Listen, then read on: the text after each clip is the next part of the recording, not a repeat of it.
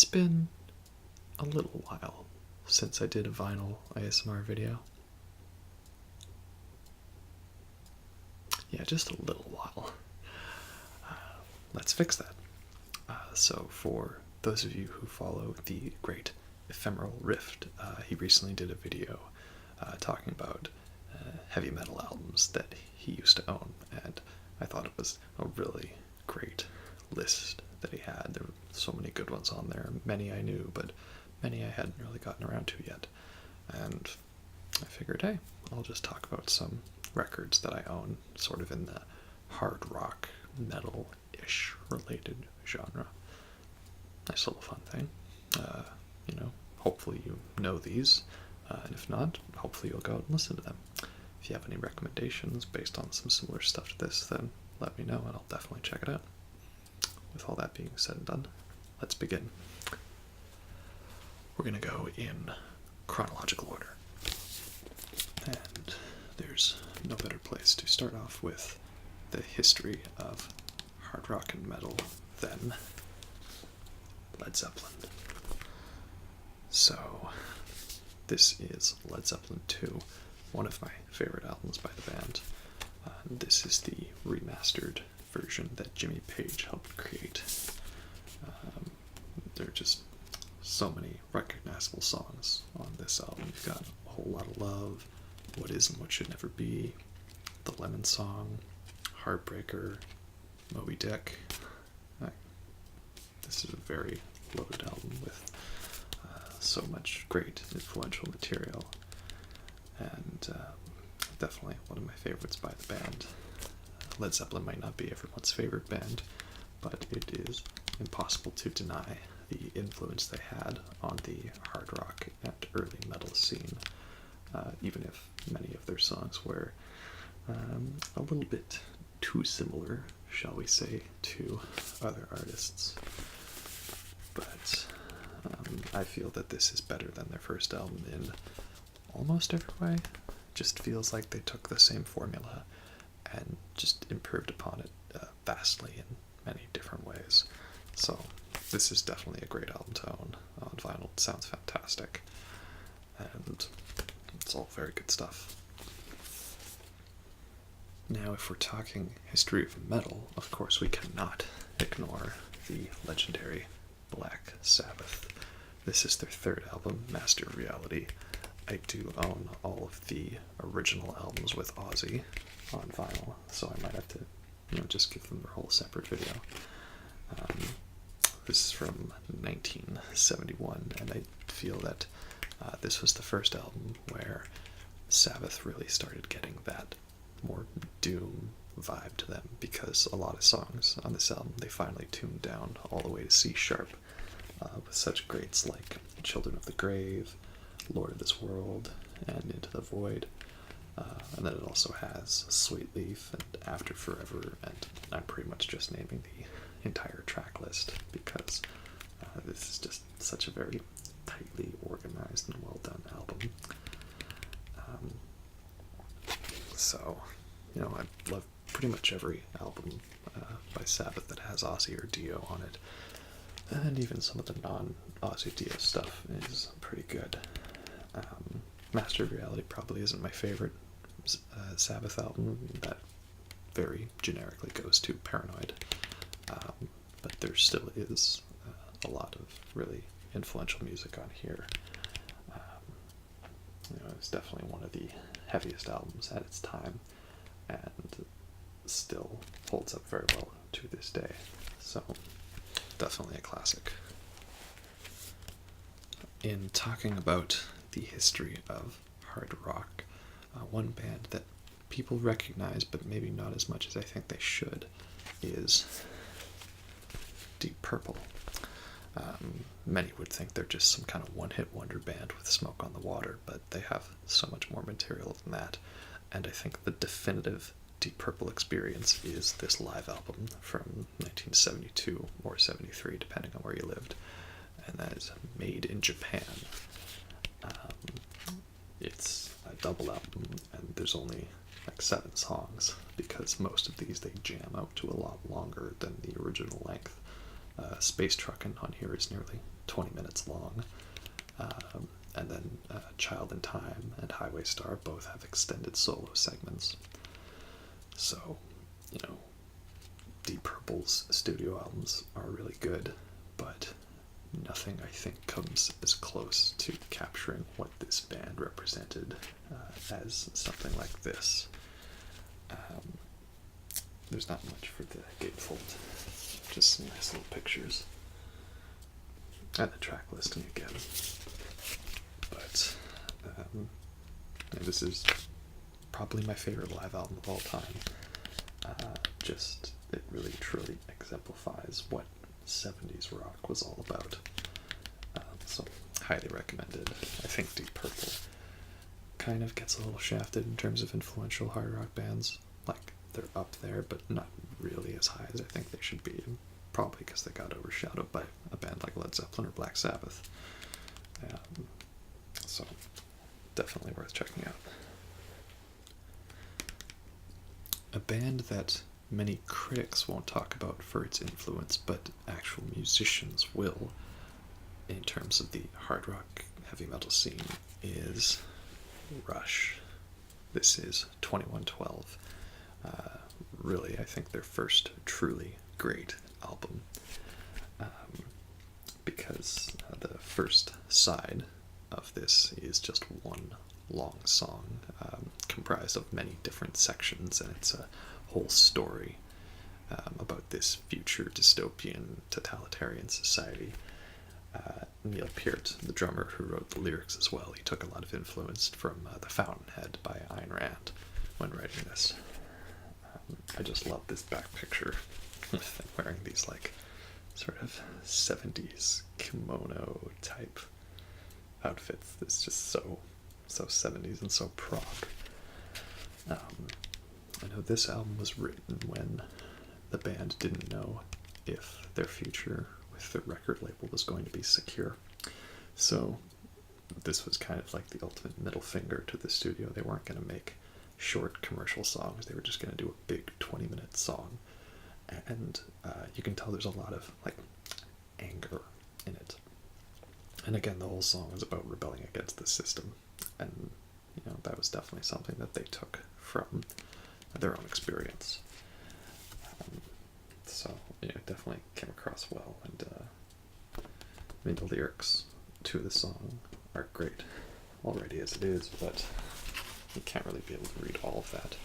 But there's a lot of paragraphs to exemplify, like, the inner thoughts of the character. So, it's a nice addition.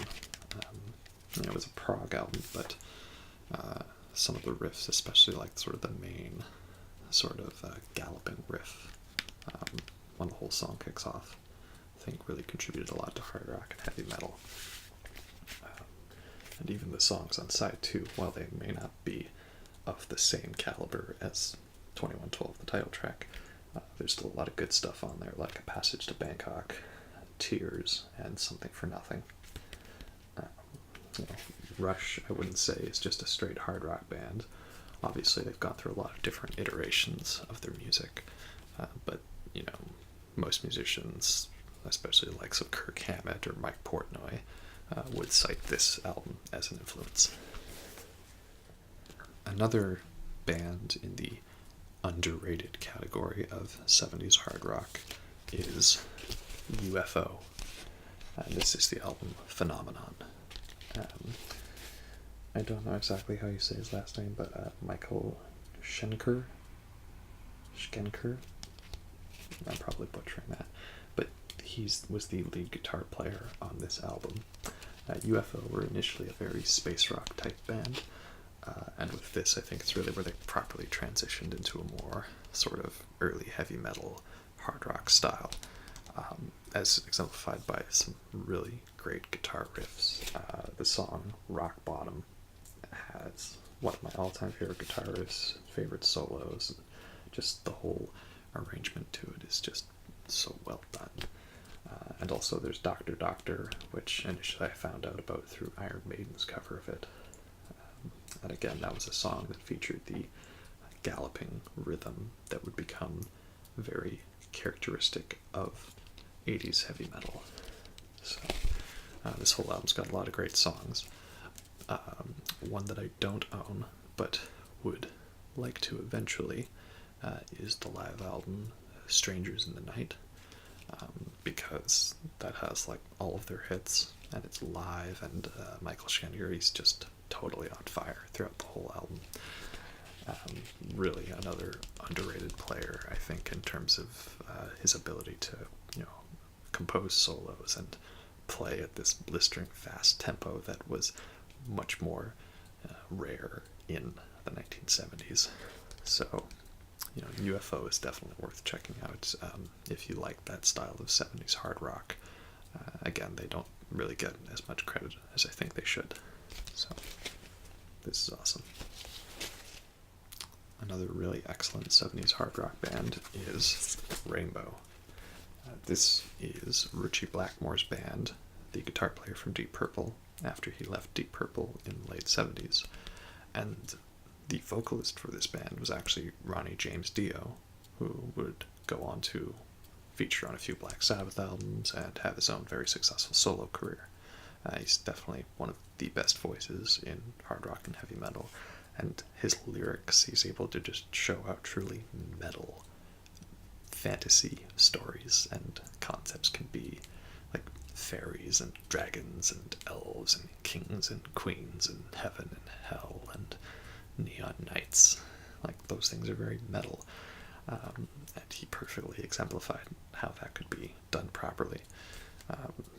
The main song that everyone should know off this album is Stargazer, and sort of to prove how awesome I think they knew this song was, is that at least on this gatefold, the only lyrics that are printed are the lyrics for Stargazer. So they probably knew that they had a true masterpiece on their hands there. But the rest of the album's really awesome too, of course. There's also a lot of really great drumming, and I'm just realizing now the drummer for this is Cozy Powell, who I know would go on to replace Bill Ward from Black Sabbath on a few of their albums. So again, a really great lineup, very influential, and just very, very hard rock and metal. I've always loved the name of this next one. This is by Blue Oyster Cult, and it is Cultösaurus Erectus, with this lovely picture. It's like some kind of prehistoric dinosaur that they've named the Cultösaurus Erectus.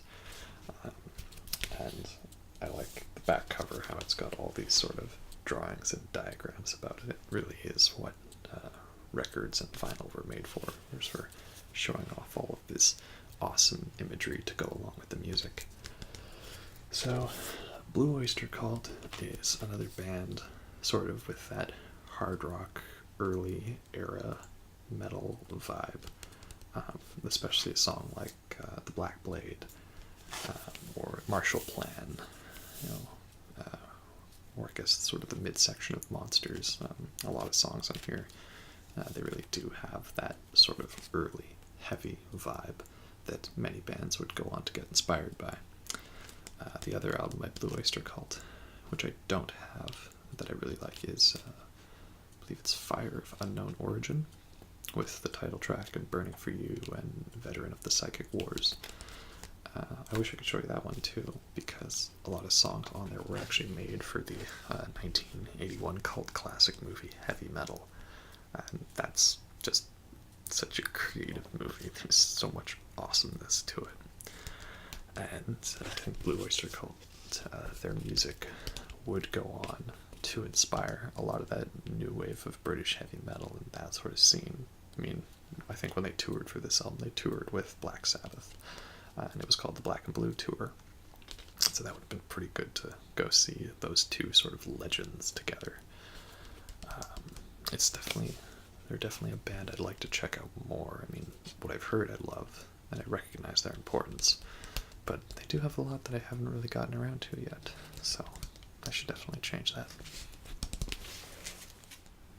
This next one is one of the bands that got me into loving music as much as I do in my younger days.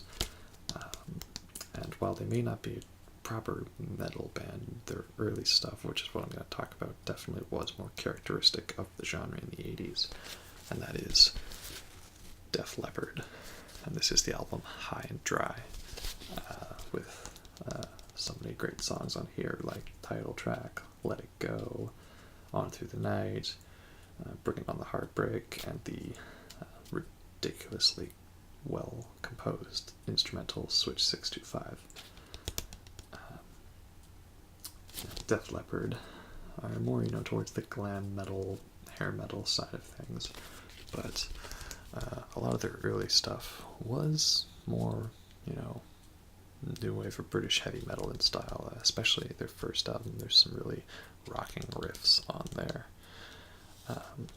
I've always liked this album cover. It's a little weird, but I think it was designed by the same group that designed like all the Pink Floyd ones, Hypnosis, however you say it, with Storm Thurgeson, I believe is his name.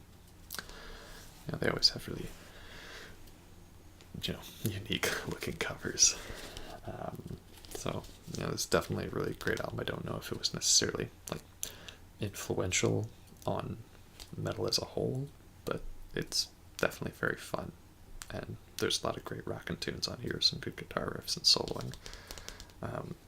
While Def Leppard may make, the regular glam 80s hair metal type stuff, I do think that their guitar players are very talented and they know how to compose a song that is interesting with a lot of layers to it.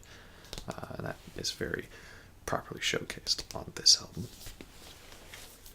I already mentioned this band earlier, and we're finally going to get to an actual album by them, and that is Iron Maiden, and this is their somethingest album, Somewhere in Time. I can't exactly count properly in my head, but this is from 1986. This, in my opinion, is like what albums were made for. This album cover, you can't really see it all here, but there's so much detail in all the picture and so many little things that, like, you'd have to squint to see it on here. And so seeing it on a CD or, like a little iPod picture just doesn't really do it justice. Just looking at the back alone, I can see references to Isaac Asimov, Blade Runner, the Phantom Opera House, a reference to their song. Batman is on the cover. The TARDIS from Doctor Who. There's an Aces High Bar. The Ruskin Arms, which is a pub they played at. The Live After Death. The Philip K. Dick Cinema is playing Live After Death and Blade Runner. Then there's the Bradbury Towers. There's a Falling Icarus. There's just so much detail. Again, I can't really show you all here because I don't think it'll show up that well. But, go definitely take a look at it. As for the music, this was Iron Maiden's first album where they started incorporating more synth elements, specifically the title track, Heaven Can Wait, Wasted Years, Alexander the Great, Loneliness of the Long Distance Runner. And, I really like that sort of extra layer it added to their music. It wasn't like they were having synths completely overpower the song. They weren't turning into a new wave or a pop band. They were still new wave of British heavy metal, but just with the sort of extra layer to it. And I really liked this synthetic element. It was very futuristic, and it's really properly shown with this Blade Runner-like cover. So one of my favorite album covers, definitely my favorite Iron Maiden album. Even if I didn't like the music, I'd probably buy it just for the cover alone, but the music is definitely worthy of such great album art. If we are talking metal, we can't ignore the great Metallica. I do own their first 5 albums, but I figured I would show Justice for All because it's Justice for All. I mean, this album is just so perfect. I mean, the only other one that I probably like better is Master of Puppets, but I could probably save that for another video. It's got Blackened, the title track, One, Shortest Straw. The Frayed Ends of Sanity is probably one of their most underrated songs, right next to Disposable Heroes. And Dyer's Eve, the song that was too difficult, they couldn't play it properly for 20 years. This is the first album with Jason Newsted, who was the bass player who joined after Cliff Burton tragically died. Probably his biggest contribution to this album was he wrote the main riff to Blackened, which is one of Metallica's best, so I'm definitely glad he joined, if only had been under better circumstances. One cool fact actually about Blackened is the fade-in intro is actually backwards on the album. It was recorded and then they reversed it to get what you hear. Backwards it sounds great, forwards it sounds great. It's just really cool that they were able to do that and make it sound so natural. Production-wise, it's been interesting because it's not something I would like. I mean, the bass is very low, the guitars are very sort of like thin and buzzy, which means it's a little hard to pick out the individual notes sometimes, and the drums sound very flat, but I guess it creates this kind of like empty sound, which is how they probably were feeling at the time, and it really goes along well with the lyrical themes, so it actually surprisingly works. And years on, it's still great. I like that it was a little more technical for Metallica. It's not really that much in the grand scheme of things, but for them it was probably pushing boundaries, so that's really cool to hear. One of my all-time favorite metal bands is Death. Death makes me happy. Death is just so much fun. This is the only album I own by Death. It's Human from 1991. But eventually I'd love to own all their albums, because for me, I don't think Death ever made a bad album. And in my opinion, they got better with almost every album. Maybe Human's a little bit better than Individual Thought Patterns. But for the most part, it's just a general upward progression. I mean, I love Scream Bloody Gore, and it only gets better from there, so it's such a rewarding discography to listen to. And Human was kind of a turning point for the band, because death metal as it is already a very technical genre, but this is where they really started pushing themselves.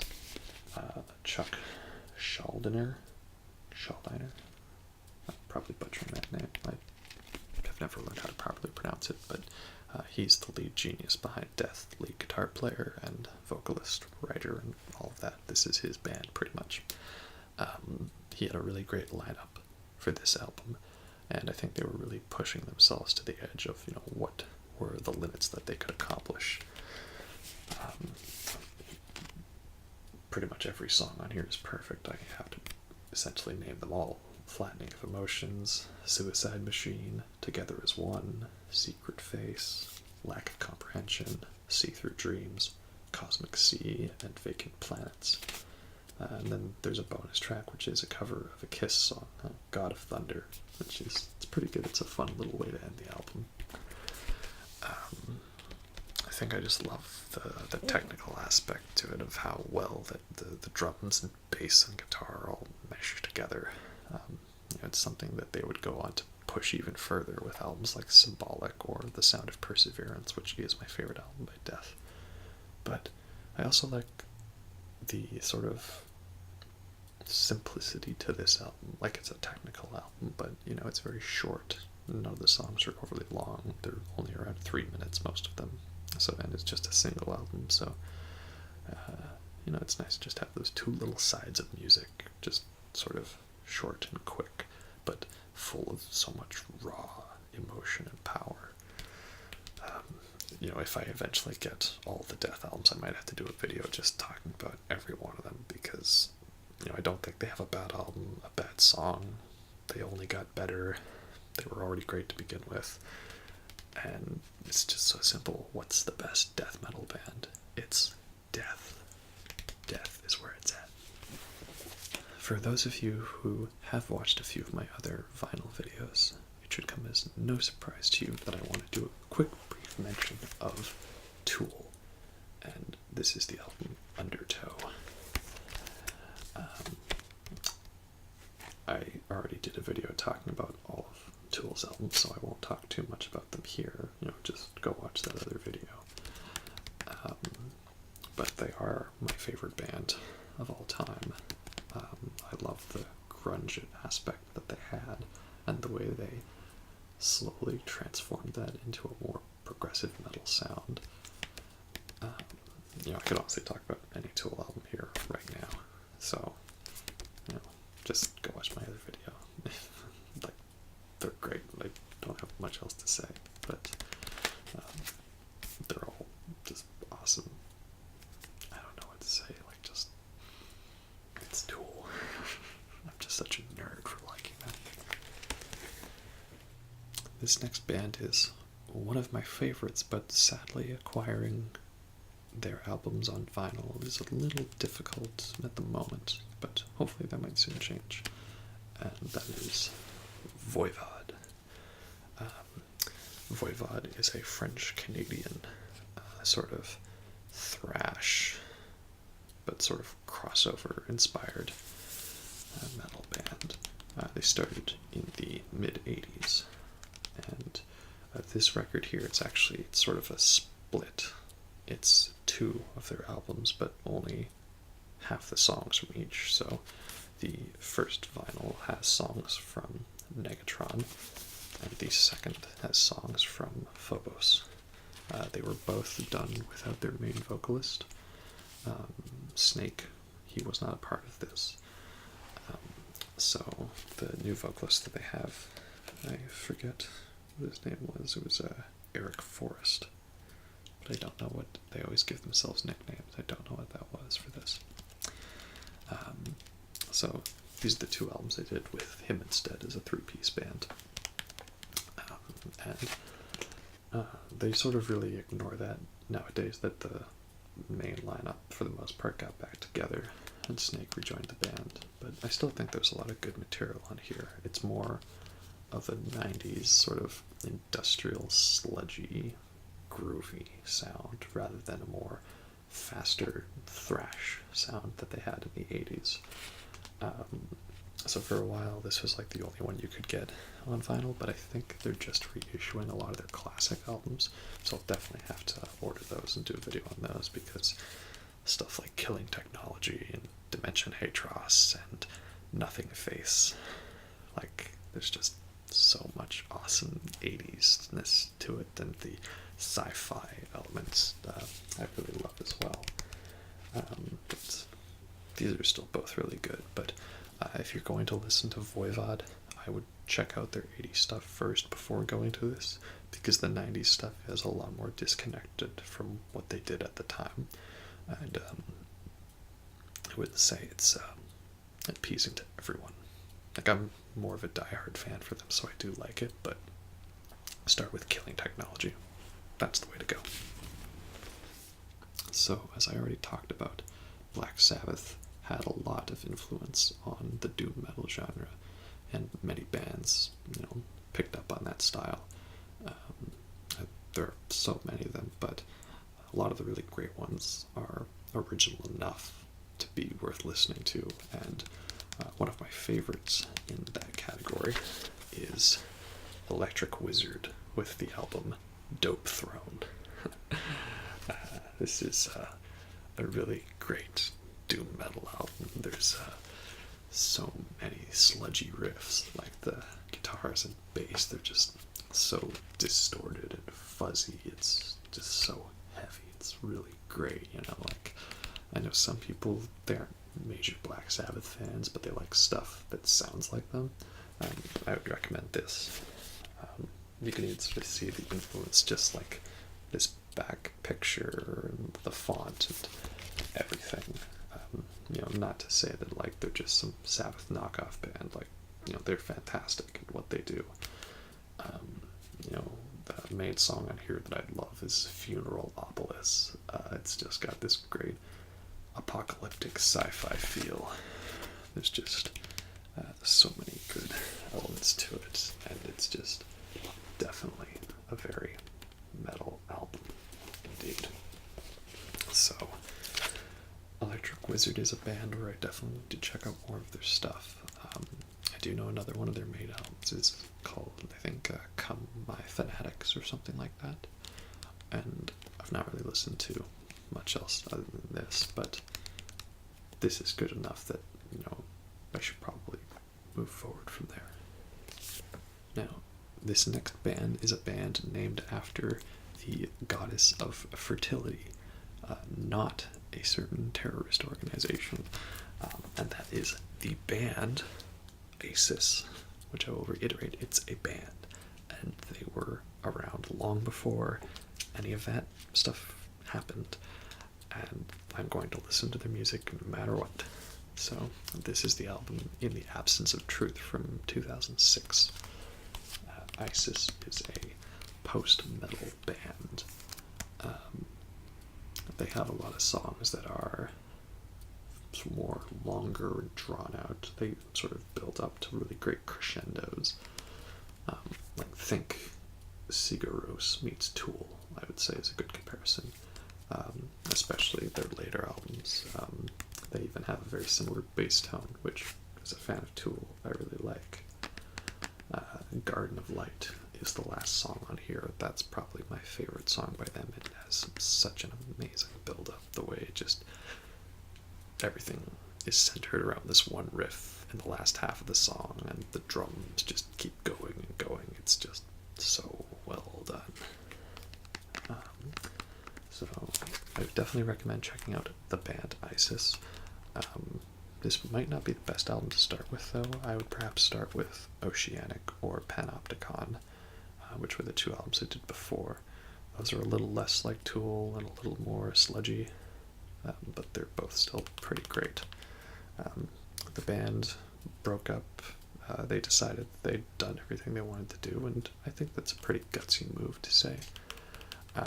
But what they gave us is definitely enough to hold us over for now.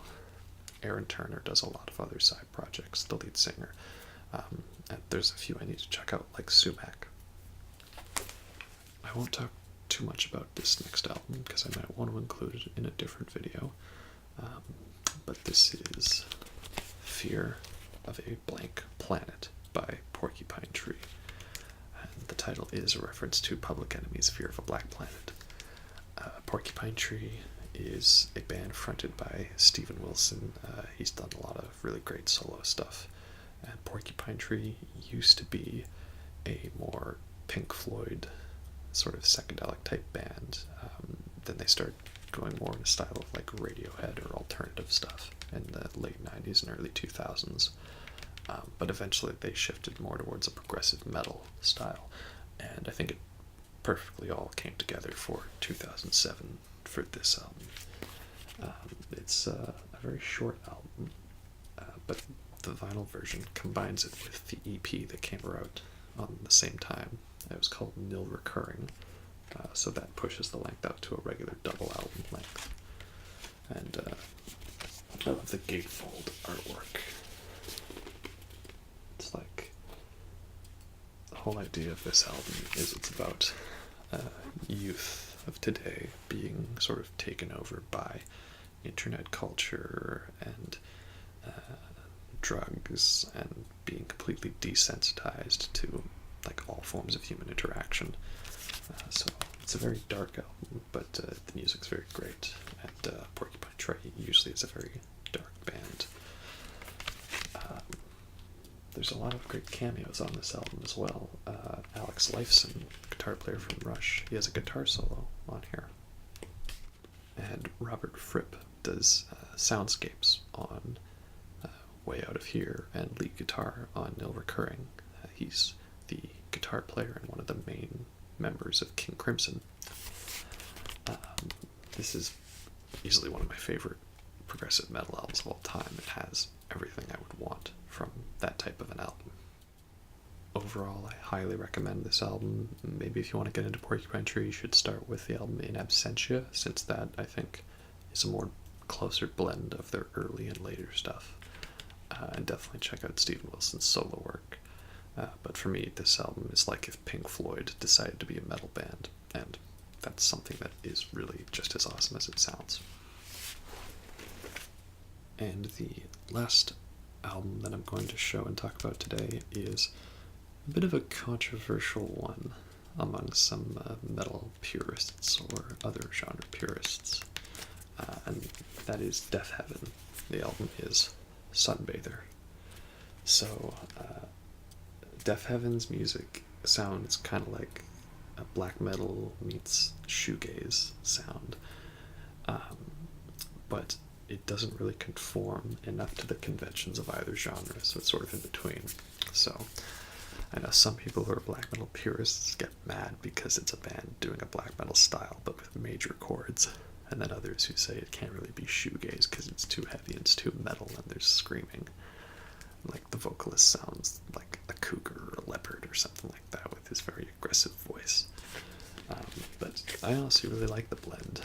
I wouldn't consider myself a big fan of shoegaze. I mean, I like My Bloody Valentine. Loveless is a classic. And I wouldn't consider myself a major black metal fan either. Like, there are some really good bands and stuff out there. I really like Exercises in Futility by Mgla. Or, classics like Darkthrone and Bathory.